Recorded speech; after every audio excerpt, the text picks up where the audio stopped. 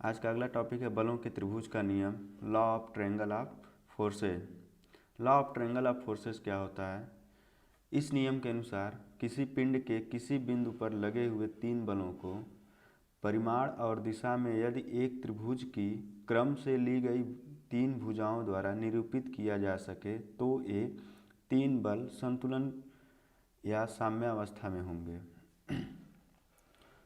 संतुलन और साम्यावस्था दोनों एक ही चीज़ें होती हैं। संतुलन या साम्यावस्था, संतुलन का मतलब है कि तीन के तीनों बल एक दूसरे के प्रभाव को खत्म कर देंगे। साम्यावस्था का मतलब होता है उनका रिजल्टेंट जो होगा वो जीरो होगा, मतलब उस बल के तीनों बल के द्वारा वह पिंड वह बॉडी मूवमेंट नहीं करेगी, मूव नहीं करेगी। जैसे आपको चित्र में यहाँ पर एक बिंदु है जिस बिंदु पर तीन बल कार्य कर रहे हैं, पी, क्यू और आर। सभी की दिशा अलग अलग है, मैग्नीट्यूड अलग अलग है। इन तीन बलों को यदि हम लोग किसी भी त्रिभुज की क्रम से ली गई तीन भुजाओं को ले लेते हैं। जैसे यहाँ पर ए बी को पी से लिया गया है, जो त्रिभुज की उस भुजा को लिया गया है जो आपका पी बल की दिशा और मैग्नीट्यूड दोनों में है, दोनों के बराबर है। सी से बी जो लिया गया है वो आपका क्यू है, दिशा भी वही है और परिमाण भी वही है।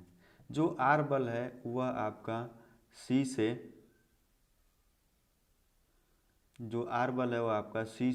ए भुजा को लिया गया है, सी ए भुजा को, जो आपका सी से ए की तरफ आपका आर है, लेकिन जब ए से सी की तरफ हम देखेंगे तो आपका आर डैश होगा। आप जानते हैं कि इस जो आपकी सदिश राशियाँ होती हैं, जो वेक्टर क्वांटिटीज होती हैं, उनके जब डायरेक्शन बदलते हैं तो उसको हम या तो माइनस से लिखते हैं या तो फिर उस पर हम एक अलग सिंबल दे देते हैं। तो आर है तो उसको हम लोग आर डैश सिंबल दे दिए गए। तो अगला आपका है बल बहुभुज का नियम, law of polygon of forces. तो बहुभुज का नियम क्या है? इस नियम के अनुसार यदि किसी बिंदु पर कार्यरत कुछ बलों को परिमाण और दिशा में किसी बंद बहुभुज की क्रमानुसार ली गई भुजाओं द्वारा निरूपित किया जा सके तो वे सभी बल साम्यावस्था में होंगे। जैसे यहाँ पर आपको एक बिंदु O है जिस पर टोटल आपको 5 बल कार्य कर रहे हैं, एक P, Q, R, S और T। यह 5 बल बिंदुओं पर कार्य कर रहे हैं। जो इनका परिमाण और दिशा है वह आप यहाँ पर बिंदु O पर देख सकते हैं कि अलग अलग दिशा में और अलग अलग परिमाण हैं। एक P है, दूसरा Q है, तीसरा R है, उसके बाद S है और T है। यदि इनसे एक बंद बहुभुज की क्रमानुसार भुजाओं को निरूपित करना या प्रदर्शित करना होता है कि हम प्रदर्शित करते हैं, तो A से B को हम लोग P से प्रदर्शित किए, B से C को हम लोग Q से प्रदर्शित किए, C से D को हम लोग R से प्रदर्शित किए और D से E को S से प्रदर्शित किए और E से A को आपको T से प्रदर्शित किए। यह एक बंद बहुभुज है। बंद बहुभुज का मतलब है कि इसकी सभी भुजाओं को मिलाने के बाद यह एक बंद क्लोज हो जा रहा है। तो यहाँ पर जो बिंदु A है, बिंदु A से हम लोग बहुभुज है। बहुभुज होता क्या है कि 4 भुजाओं से ज़्यादा यदि कोई आकृति है, 4 भुजाओं तक की आकृति को हम लोग चतुर्भुज, 3 भुजा की है तो त्रिभुज, तो 3 भुजा की त्रिभुज, 4 भुजा की चतुर्भुज। लेकिन 4 भुजा के ऊपर की जब आकृति होती है तो उसे हम लोग बहुभुज का नाम देते हैं, या पंचभुज हुआ या षष्ठभुज हुआ तो बहुभुज के अंतर्गत आता है। तो यहाँ पर बिंदु A से हम लोग इस बहुभुज को एक ट्रायंगल के रूप में तोड़ लेते हैं। तो A से C को हम लोग डॉटेड मिला दिए और A से D को डॉटेड मिला दिए। तो यहाँ पर आपके जो त्रिभुज बन रहे हैं, टोटल 3 त्रिभुज बन रहे हैं। पहला है ABC त्रिभुज है, दूसरा है ACD त्रिभुज है, तीसरा है ADE त्रिभुज। अब इनमें हम लोग जो वेक्टर क्वांटिटीज हैं उनको जो हम लोग सॉल्व करने के तरीके होते हैं उनसे हम इस बहुभुज को सॉल्व कर देंगे। सॉल्व करने के लिए जैसा आप देख रहे हैं कि चित्र में बिंदुओं पर PQRST का बल कार्य कर रहे हैं, जिन्हें परिमाण और दिशा में एक बहुभुज ABCDE की क्रमानुसार भुजाएं, जैसा हम पहले ही बताए हैं कि AB को ABBC CD DE तथा EA द्वारा निरूपित किया जाता है। अब हम लोग अपने तरफ से क्या किए, जो हम लोग अपने तरफ से रचना करते हैं हमेशा डायग्राम में उसको हम लोग डॉटेड लाइनों से दिखाते हैं। तो हम लोग A से C को मिलाए और A से D को मिलाए। सदिश योग की विधि से, सदिश योग की विधि क्या कहता है कि जो आपकी सदिश वेक्टर हैं, जैसे A से B, vector AB plus vector BC, vector AB plus vector BC, यह किसके बराबर होगा? वेक्टर A से C के बराबर होगा। आप जानते हैं सदिश राशियों के योग में कि जो आपकी सदिश राशियों में है, जिसमें जिस तरफ एरो आगे की तरफ जाता है वह एक एरो का पूंछ और दूसरे एरो के सिर जुड़ते हुए चले जाते हैं। तो ये पहला इक्वेशन हो गया। दूसरा हो गया आपका, अब दूसरे त्रिभुज आपका कौन सा है? ACD है, तो उसमें vector AC plus vector CD is equal to vector AD, ये इक्वेशन नंबर 2 हो गया। अब इसके बाद अगले में आते हैं, जो तीसरा त्रिभुज है। तीसरा त्रिभुज क्या है? Vector AD plus vector DE और इजकल टू क्या होगा आपका? Vector AE। यहाँ से AE, लेकिन हमारी AE क्या है? विपरीत दिशा में है। जो आपका T बल है वह E से A की तरफ आ रहा है, न कि A से E की तरफ जा रहा है। तो हमारे सदिश राशियों के योग में A से E की तरफ जाएगा तो हमारा प्लस होगा, क्योंकि यही आपका नियम है कि A से D, D से E, और फिर जो इन दोनों का योग होगा किसके बराबर होगा? A से E के बराबर होगा। लेकिन यहाँ एरो विपरीत दिशा में लगा है, टी बल विपरीत दिशा में कार्य कर रहा है, तो यहाँ पर AE जो आपका है यह प्लस में होगा। तो जब हम डायरेक्शन बदलेंगे तो आपका जब E से A होगा तो E से A आपका क्या हो जाएगा? वेक्टर EA माइनस में हो जाएगा। तो यहाँ पर देखिए वेक्टर, तीनों इक्वेशन को आप जोड़ दीजिए। तीनों इक्वेशनों को जोड़ेंगे तो vector AB plus vector BC plus vector CD plus vector DE plus vector AC plus vector AD is equal to vector AC plus vector AD और प्लस वेक्टर AE। यह AE जो है आपका A से E है, लेकिन बल हमारा E से A की तरफ लगा है। तो यहाँ पर जब इसको हम E से A करेंगे तो यह आपका माइनस हो जाएगा। यह आपका वेक्टर क्या हो जाएगा? माइनस हो जाएगा। अब यहाँ पर ऊपर वाली लाइन में आप देख लीजिए कि AC और AC दोनों तरफ है, कैंसिल हो जाएगा। AD बराबर के और AD, वेक्टर AD बराबर के दोनों तरफ है, ये भी आपका कैंसिल हो जाएगा। तो आपका बचा क्या? Vector AB plus vector BC plus vector CD और plus vector DE is equal to minus E vector EA। जब EA एक तरफ माइनस में है तो दूसरी तरफ, जब बराबर के एक तरफ माइनस में है तो यह जब दूसरी तरफ आएगा तो क्या हो जाएगा? प्लस का हो जाएगा। तो यहाँ पर क्या हो गया? Vector AB plus vector BC plus vector CD plus vector DE plus vector EA is equal to 0 हो गया। अब जो है बहुभुज की क्रम से ली गई भुजाओं का बीजीय योग शून्य होता है, अतः बल बहुभुज का नियम सत्य है। तो यहाँ पर जो vector AB plus vector BC plus vector CD plus vector DE plus vector EA is equal to 0 proof हो गया। तो यहाँ पर आप चित्र में देख लीजिए, वेक्टर A से B, वेक्टर A से B, फिर वेक्टर B से C, वेक्टर C से D, D से फिर वेक्टर E, फिर E से A, सभी का जोड़ क्या हो गया आपका? 0। जब सभी का जोड़ 0 हो गया तो जो आपके बल कार्य कर रहे हैं सभी बल क्या होंगे? संतुलन की अवस्था में होंगे। तो आपका बल बहुभुज का नियम सत्यापित हुआ। अब अगला हम लोगों को क्या पढ़ना है, लामी प्रमेय पढ़ना है, लामी थ्योरम। लामी थ्योरम क्या कहता है कि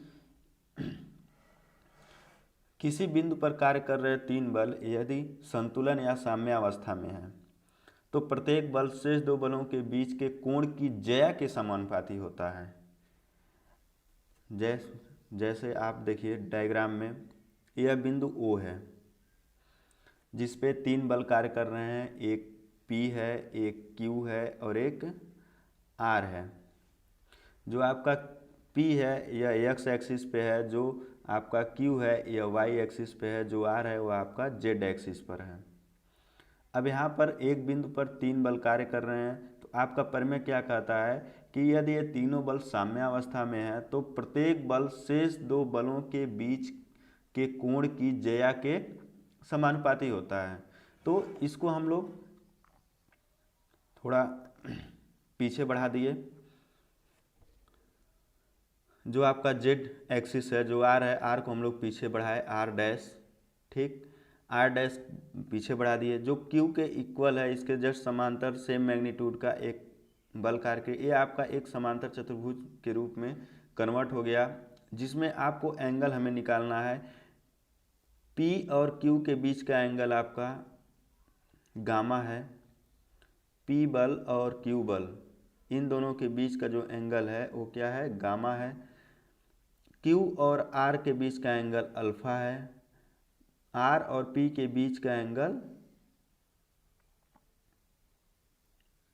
R और P के बीच का एंगल बीटा है। तो जो यहाँ पर त्रिभुज बना OAC, जो त्रिभुज बना आपका OAC, OA और C, तो यहाँ पर OAC के आंतरिक कोण का मान कितना होगा। अब यहाँ पर यह OB और AC, ये दोनों एक समांतर रेखा हैं और उसको एक तिर्यक रेखा कौन सी काट रही है, OA। तो यहाँ पर जब जानते हैं कि दो समांतर रेखाओं को एक तिर्यक रेखा काटती है तो उनके एकांतर कोण बराबर होते हैं, शीर्षाभिमुख कोण बराबर होते हैं, सम्मुख कोण बराबर होते हैं, ये सारे कोण आपके क्या होते हैं, बराबर होते हैं। तो यदि यहाँ पर आपका यह कोण गामा है तो यहाँ पर एक कोण भी गामा होगा। तो बाकी आंतरिक कोण कितना बचा, एक सीधी एक सरल रेखा पे 180 का एंगल बनता है, 180 अंश का, तो कितना बचा, 180 माइनस गामा। अब दूसरी चीज बिंदु O पर देख लेते हैं। बिंदुओं पर जब हम लोग बात करते हैं तो यहाँ पर जो ये R लाइनिंग है ये पूरी की पूरी यहाँ से यह सीधी है, तो यहाँ पर यह 180 अंश का कोण बनेगा। लेकिन यहाँ पर इतना कोण आपका बीटा है तो शेष कोण क्या हो जाएगा, 180 माइनस बीटा। और यहाँ पर C बिंदु पर यह टोटल, यह सीधी रेखा है तो यहाँ पर टोटल आपका कोण 180 का बनेगा। तो ऊपर वाला कोण आपका क्या है, अल्फा है, तो नीचे आपका क्या हो जाएगा, 180 माइनस अल्फा हो जाएगा। जो इसमें हम लोग अपने द्वारा कंस्ट्रक्शन किए हैं वह B से C और C से A के किए हैं, मतलब बनाए हैं, जो डॉटेड लाइनों के द्वारा दिखाया गया है। अब इसको प्रूव कर, ये डायग्राम आप समझ गए होंगे। प्रूव करने के लिए कुछ चीज़ें हम लोग मान लिए, माना बिंदु O पर तीन बल P Q R साम्यावस्था में कार्य कर रहे हैं। साम्यावस्था में कार्य करने का मतलब है इन तीनों बलों का सम्मिलित प्रभाव क्या है, शून्य है। इनके बीच का कोण अल्फा, बीटा तथा गामा चित्रानुसार हैं। चित्र के अनुसार, इस चित्र के अनुसार इनके बीच का जो कोण है अल्फा बीटा गामा, ये आपका अल्फा बीटा गामा तीन आपके कोण हैं। अब इसके बाद त्रिभुज OAC के अंतःकोण ज्ञात कीजिए तथा त्रिभुज में साइन सूत्र आप जानते हैं कि जो आप भुजा लेंगे उस भुजा के द्वारा जो सामने कोण बनेगा वह अनुपात में कोण होगा। तो यहाँ पर यह फार्मूला होता है आपका, साइन सूत्र होता है A upon sine capital A, जो कैपिटल A, कैपिटल B और कैपिटल C देख रहे हैं, sine capital A, capital B, capital C, ये आपके एंगल हैं। जो स्मॉल A, B, C देख रहे हैं जो ऊपर की तरफ हैं वो आपकी भुजाएं होती हैं। Small A upon sine capital A, is equal to small B upon sine capital B is equal to small C upon sine capital C. ये आपका साइन फार्मूला है, आप मैथ में भी पढ़े होंगे। तो यहाँ पर जो हमारी भुजाएं हैं वो कौन कौन सी हैं, ओ ए अपान ओ ए के द्वारा, बस अब देखिए ओ ए कौन सा है, ओ ए के द्वारा सामने कौन सी कोण बन रही है, तो यह आपका सामने का कोण यह हो गया ओ ए की भुजा के। तो यह ओ ए अपान साइन 180 माइनस अल्फा हो गया इजकल टू ए सी कौन है आपकी, ए सी भुजा ए है, ए सी के सामने कोण कौन बन रहा है, यह बन रहा है। तो ए सी अपान साइन 180 माइनस बीटा हो गया इजकल टू ओ सी आपकी यह है, ओ सी अपान साइन, ओ सी के द्वारा कौन सा कोण सामने कौन सा कोण बन रहा है ओ सी भुजा के, तो यह हो गया 180 माइनस गामा। तो आप जानते हैं कि जब यह 180 माइनस गामा या 180 माइनस अल्फ़ा 180 माइनस बीटा है तो यह आपका सेकंड कोऑर्डिनेट में आता है, जहां पर आपके ट्रिग्नोमेट्रिकल राशियां वही रहती हैं, नहीं बदलता है। तो यहाँ पर हो गया ओ ए का मान P अपान साइन अल्फ़ा, ए सी का मान Q अपान साइन बीटा और ओ सी का मान R अपान साइन गामा। यही लामी प्रमेय है, जहाँ पर आपको R is equal to R dash है, यह आपका लामी प्रमेय है। तो दोस्तों अब इस पे आपको यह सिंपल कंसेप्ट लामी प्रमेय का आपको एक सिंपल कंसेप्ट ही होता है।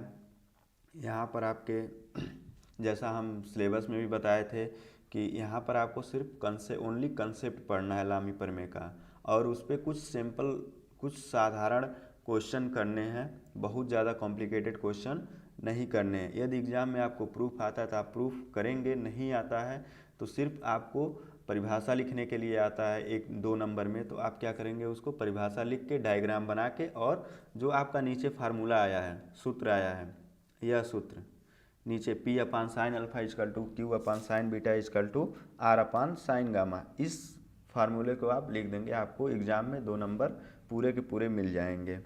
और जो आपके बलों के बहुभुज का नियम, बलों के त्रिभुज का नियम पढ़े हैं अभी ऊपर, यह तो यह